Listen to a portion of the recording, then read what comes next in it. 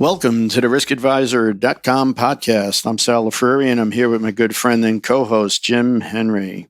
So today's topic, we're going to talk about client denial for cybersecurity. Why clients, for the most part, or most people, just don't really want to think about cybersecurity. I mean, they worry about identity theft, but there's so much more to it, and obviously we want to have a chat about that today. Jim, when you were CEO of the company, was cyber anything that was something that you had to worry about? Nothing like the degree that we have now. But I believe that a big part of the problem of the denial is, a lot of C-levels in the C-level suite are smart enough to know how much they don't know, and it's really like opening up, a can of worms. Where will it end? And it's almost like, ignorance is bliss, but not for long. So it is, it's better to tackle this and to recognize the problem, because any problem is solvable if you first start with identifying that there's a problem there. And I think that's really 80% of the battle. And, a lot of it too just seems like, everybody's worrying about being in the weeds. It's just, you got to get too down into the weeds to worry about this stuff and have bigger issues to worry about. But the liability and the risk is just so great. And you don't have to get that far down into the weeds to worry about it. No. But, and again, in my years in my career in physical security, granted, there's risks, with the door forced open and things like that, but nothing to the extent of what you can have with a cyber breach. So there is really great risk there, and it needs to be taken seriously and addressed with. And the threats continue to evolve. It's not like you come up with a set of solutions today and you can forget about it for 5 years. So, well, we actually have a CEO today with us from Rook Tech Services, who's our guest, who we're going to get into this a little bit more deeply. But today we want to talk to Michael Bedigol, who's an innovative leader, an entrepreneur, and an author with over 25 years of experience leading large-scale initiatives for some of the world's leading financial institutions on both the buy and sell side.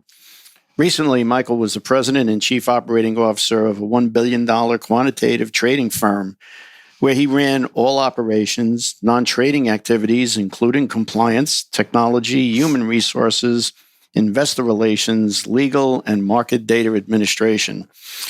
After a job title like that, I now understand why you left and started Rook. Who wants to be responsible for all of that? Welcome to the show, Michael. Appreciate you being here. Thank you, Sal. All right, tell us, before we get into the questionnaires, tell us a little bit about Rook. So Rook Tech Services was created in 1998. I started the firm because I saw an opportunity to service small and medium-sized businesses that really weren't getting the attention they deserved, especially around cyber awareness and cybersecurity. So Rook Tech Services focuses exclusively on small and mid-sized businesses. And we found that there's a great market there for people that not only need and want the help, but really crave the opportunity to learn more about how they can protect themselves and how they can keep their clients' data protected. So, again, why do businesses really need to worry about cybercrime, especially on the smaller scale? We did a show recently where we were talking about bugging, and people always, clients would always say, I have nothing that anybody wants. Why would they bug me?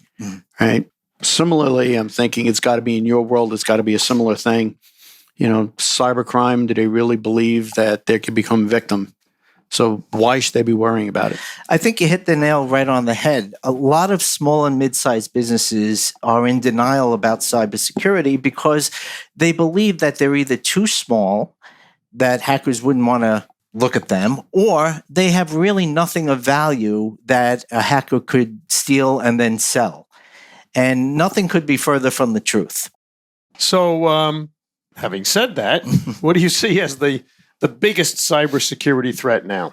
The biggest cybersecurity threat, without a doubt, is ransomware and funds transfer, right? Those are the two things that are the biggest targets right now for businesses. And what hackers are doing is they're going business by business by business looking for vulnerabilities. So anyone that believes that they've been hacked for a reason, or they come out of a hack and say, why me? Why did they target me? It's not because they were targeted per se.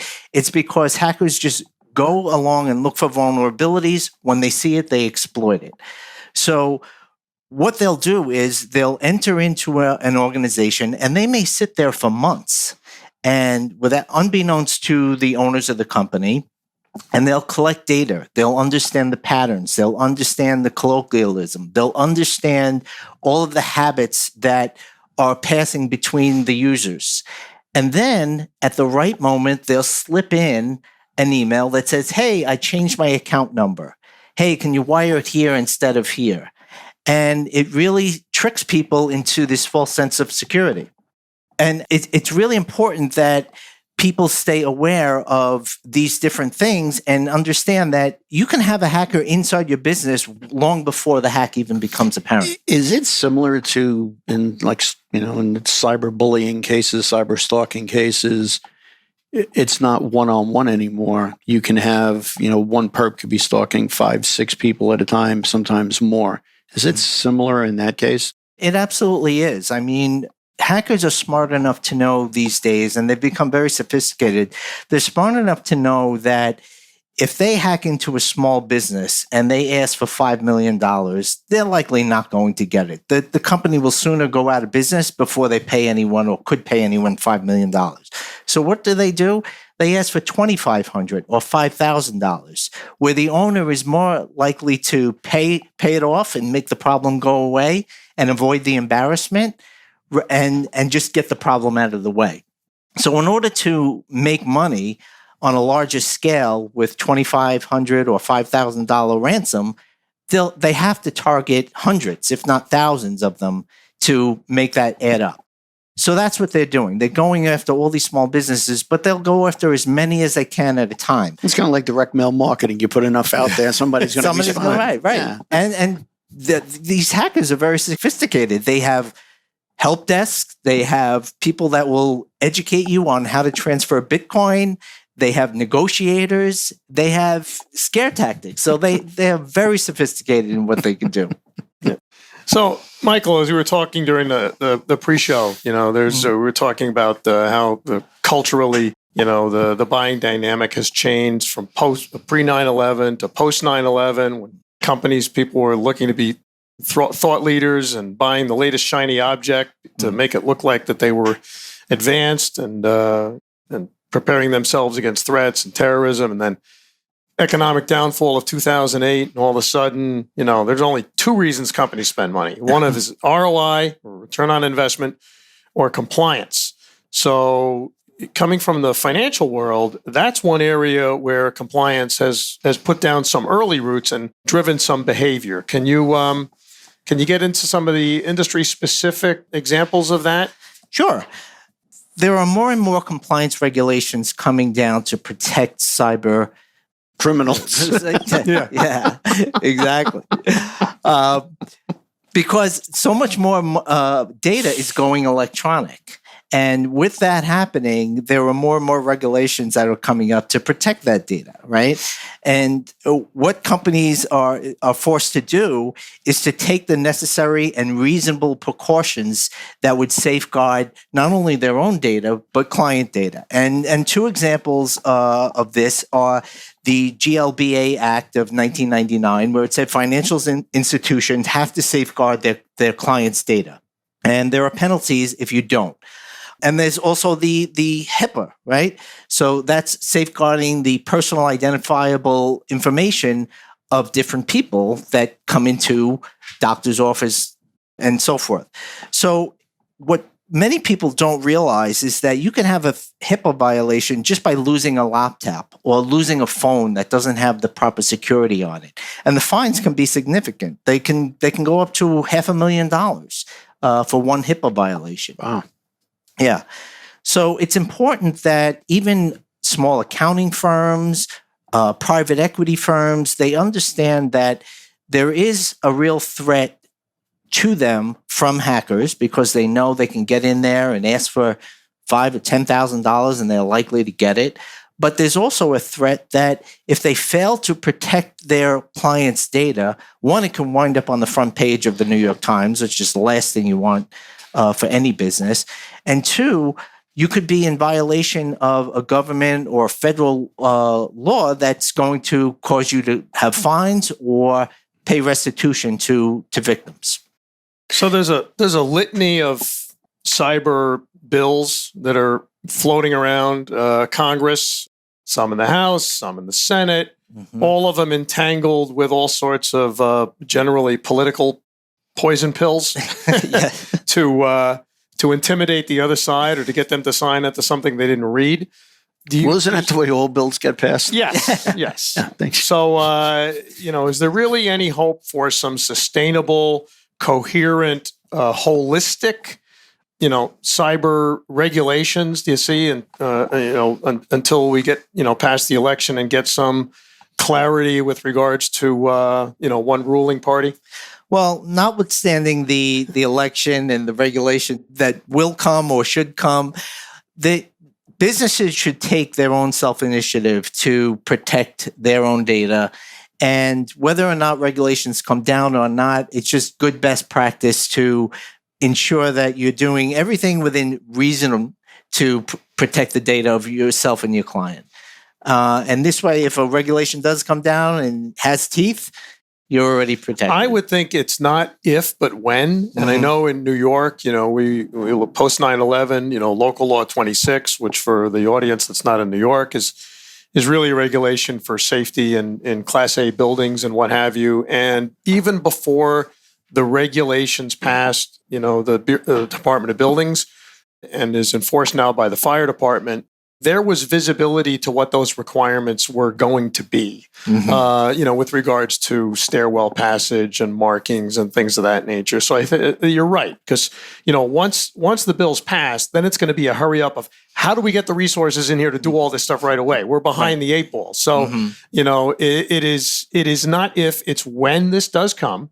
And it is advisable that they should be taking prudent measures now, not only because it protects them, but it will also give them a head start on what will be coming for compliance. And not only that, but it's just good business. If you're a doctor, a lawyer, an accountant, and you can demonstrate to your clients the measures you've taken to protect their data and protect their identity, that's a huge win for that business, right? That's going to attract clients because they know you're looking after their data and you're protecting their data.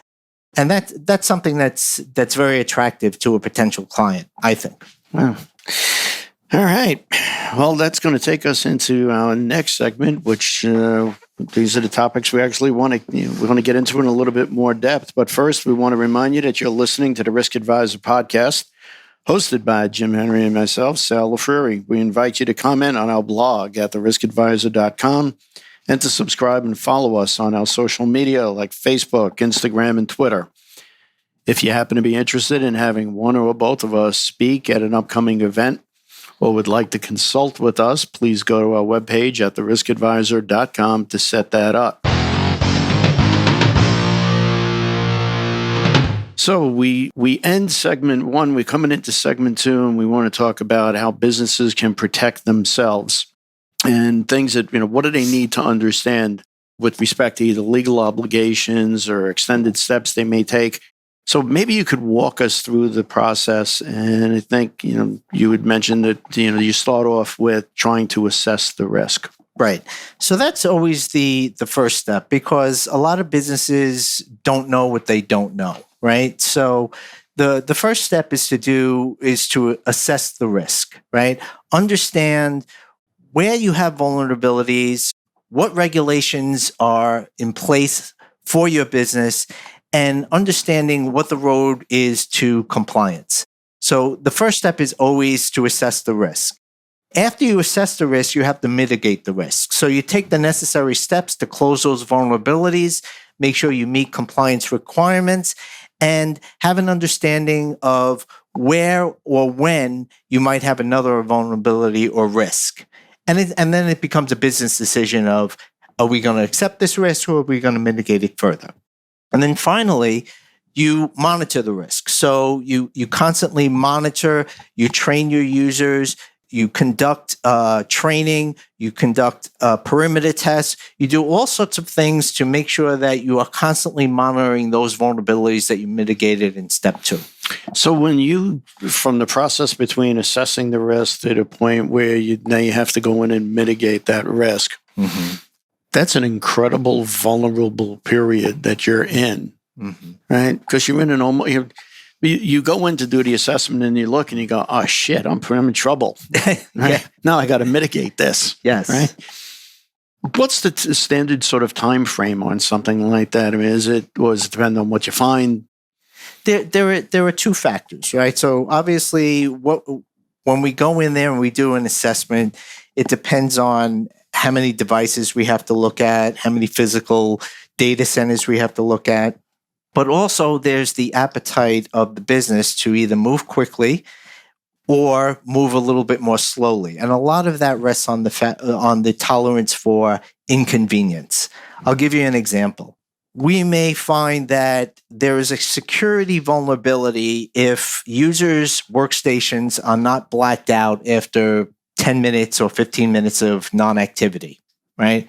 So someone's working on an accounting system, they get up to use the restroom, all the information is right on their screen, and it stays up there for anybody to walk by and look or potentially steal. So we would suggest putting a policy in place that after 10 minutes of no activity, you blank out the screen. This way, it's safe and it reduces the risk of anyone stealing information. Now, some people may come back and say, well, that's really inconvenient because maybe I'll look at the screen or I'm reading something from the screen and after 10 minutes it blocks out and I have to move my mouse or something.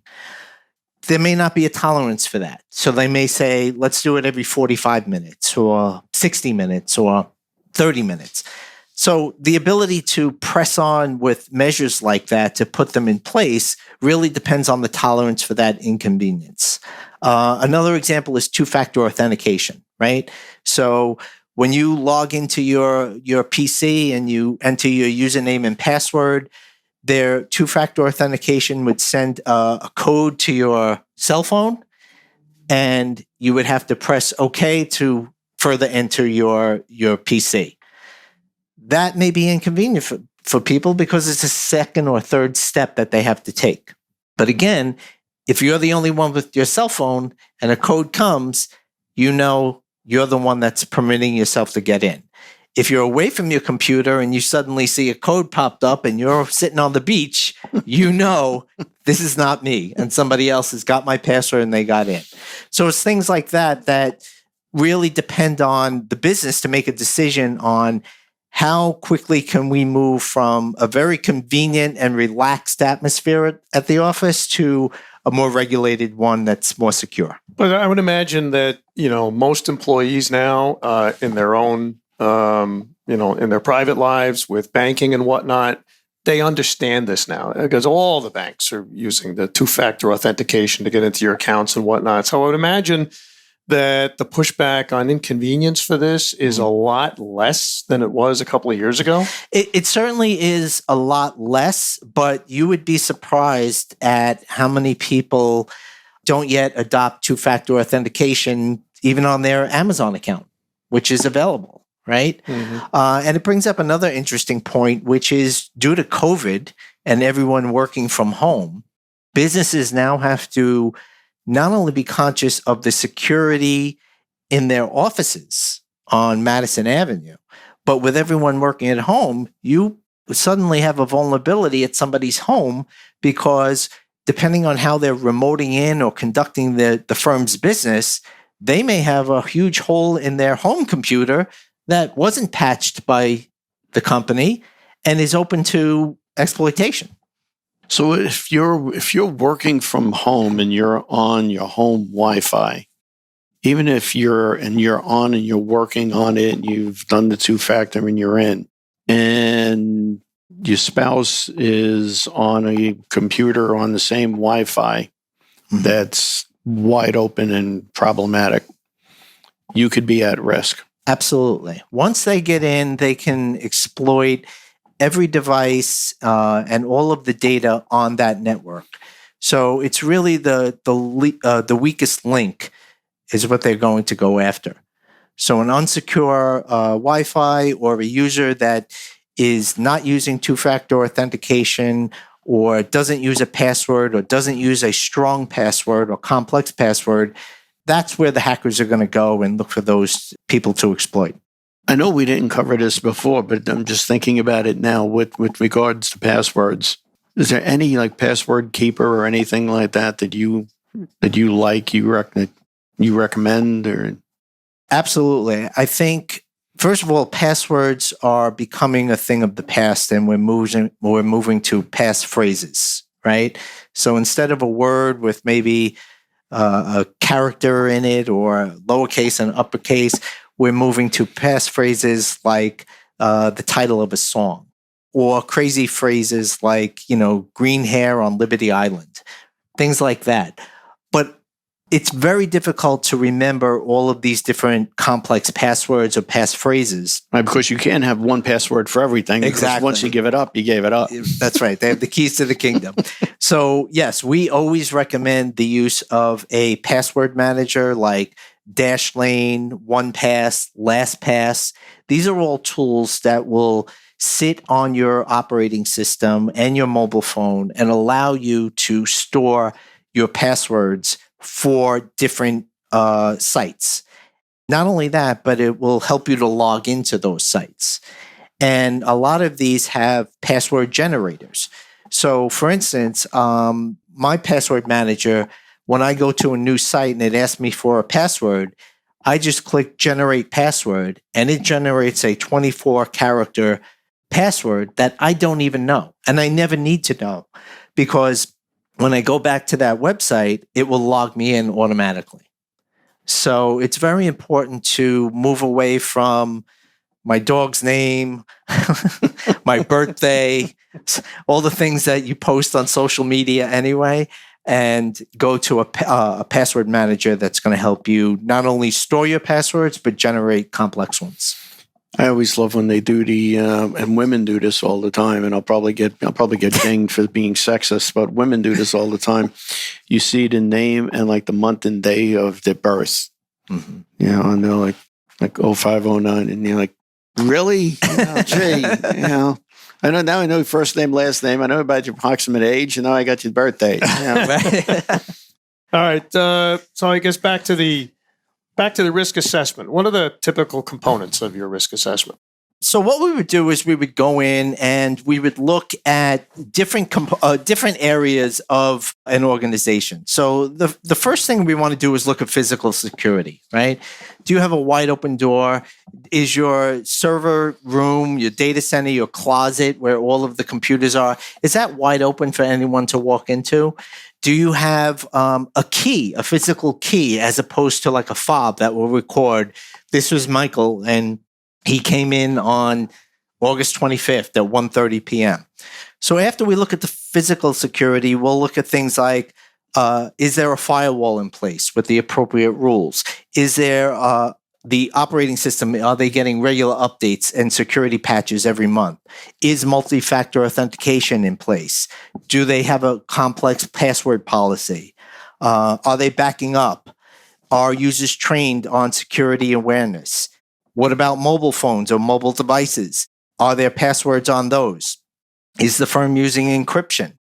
Is there any cyber insurance in place? If all else fails and you are stuck with paying a ransom that you really can't afford, maybe you want a cyber insurance policy that can help you to mitigate that or recover the data, which could get expenses after you've been hacked. I would have to think cyber insurance now is getting to be a little pricey, if even available anymore, considering the amount of breaches and... Well, like anything else, they're going to look at what reasonable steps you've taken. And the premium you're going to pay is really based on whether or not you have these good policies in place, whether or not you've done phishing testing or phishing training for your users, whether or not you have physical security in place. So all of these things play into the premium that you're going to pay. And insurance companies hire firms like mine to go in and assess it and say, how vulnerable are they? So that's a service we provide to the insurance industry.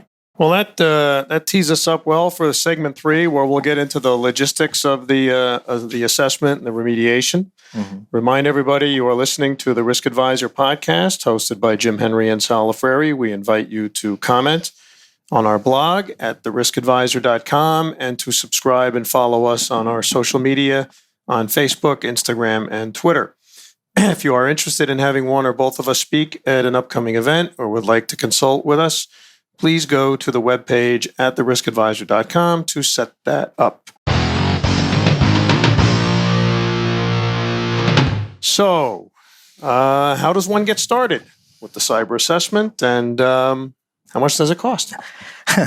Depending on the size of the firm, a standard assessment is usually very straightforward. We go in and we have a list of questions and observations that we make. We will walk around. We'll make notes on whether or not the screen blacks out, whether or not there's a physical key on the server room or any lock at all.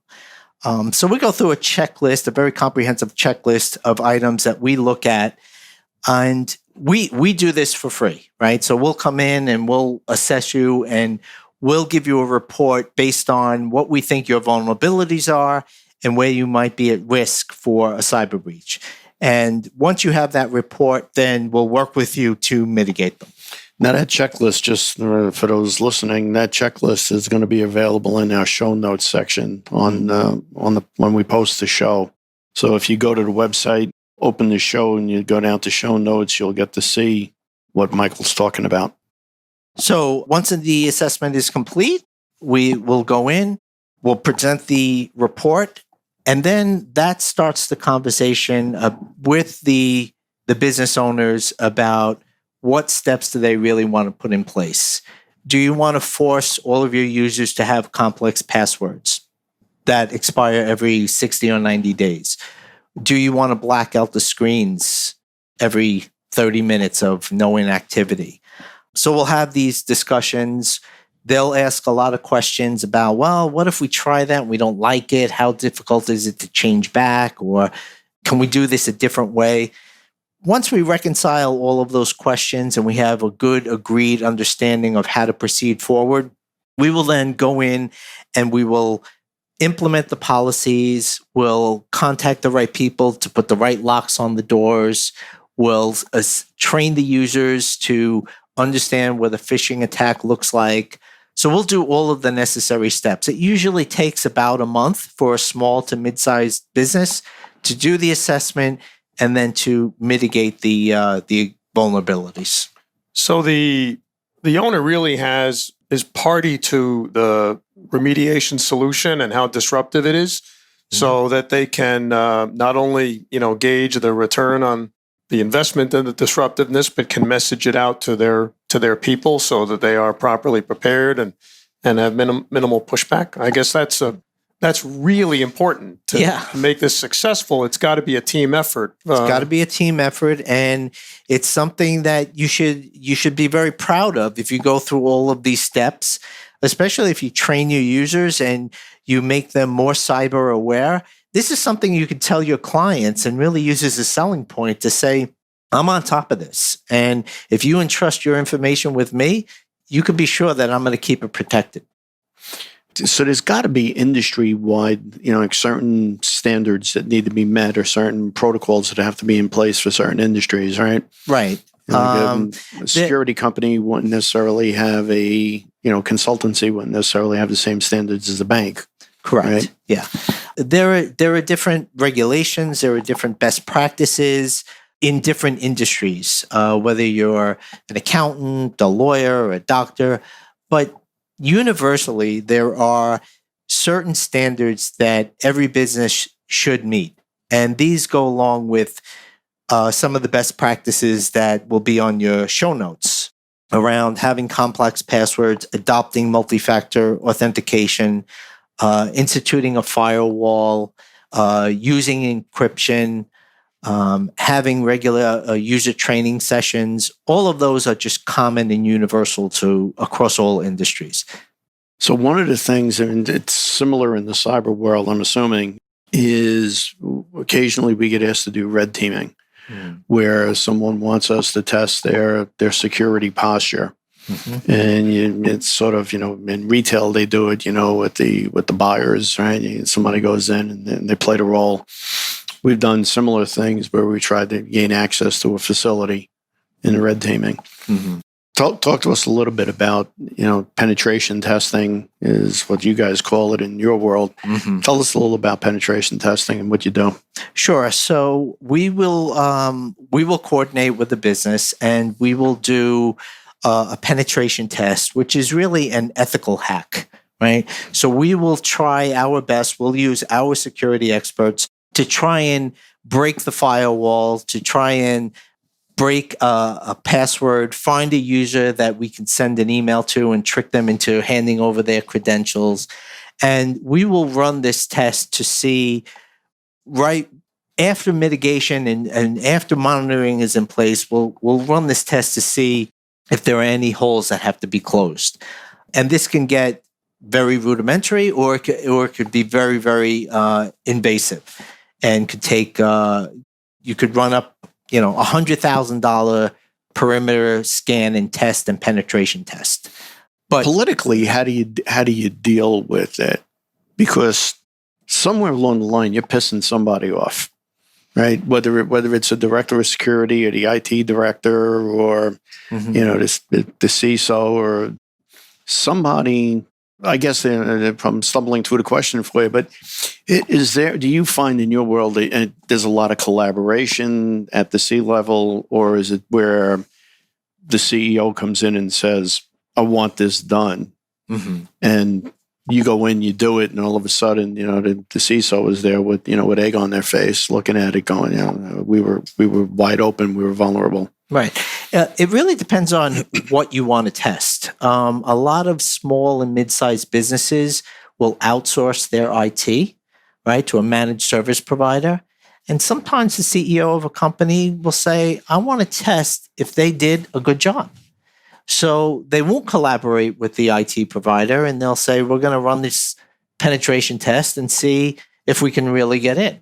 In other cases, it's more collaborative, where the C-level will get together and say, we're going to have a shareholders meeting, or we're going to have an annual meeting with our principals, and we want to be able to report our cyber fitness.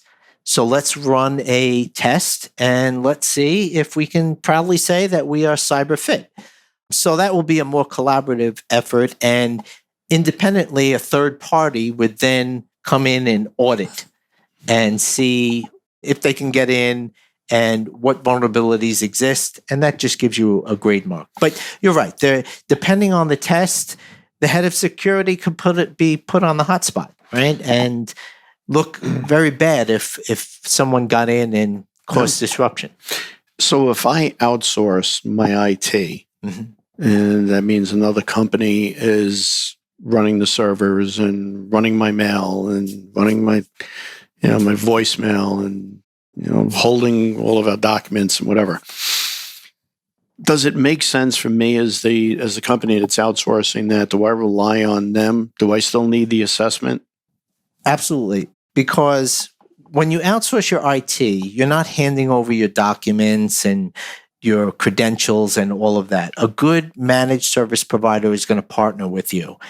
And today, it's more likely all of your documents would go into the cloud, right? And you would have your infrastructure in the cloud, which just makes sense for small businesses. But that doesn't mean that you would not have the requisite access and credentials you need to maintain access to all that data so no one can hold you hostage. But your outsourced security team should bear the burden of making sure that you are cyber fit and making sure that the right protocols are in place and the right policies are in place to protect your firm from that. So you're basically outsourcing that responsibility to them. But if I'm the small firm that's outsourced it to Jim's company that's providing the outsourced IT services, and I bring you in to do a penetration test, you're really not testing me, you're testing him. Exactly. Right. Yeah, absolutely. We're testing them, but they're doing the work on your behalf. So you would get the understanding of where you're vulnerable and what your and how your much risks they are. suck. Right, exactly. But the important thing is that your business clients are making a decision on whether to do business with you.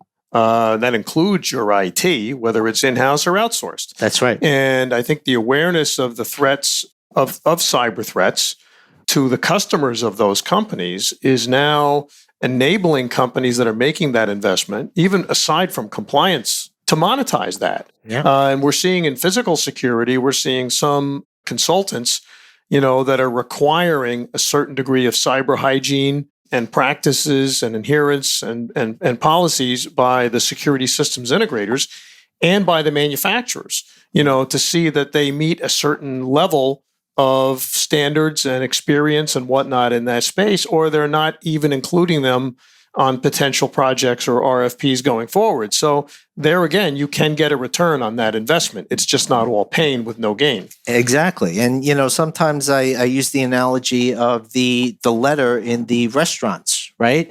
So in New York City, the restaurants legally have to put in an A, B, C, D rating, right? Which is based on their last health inspection, right?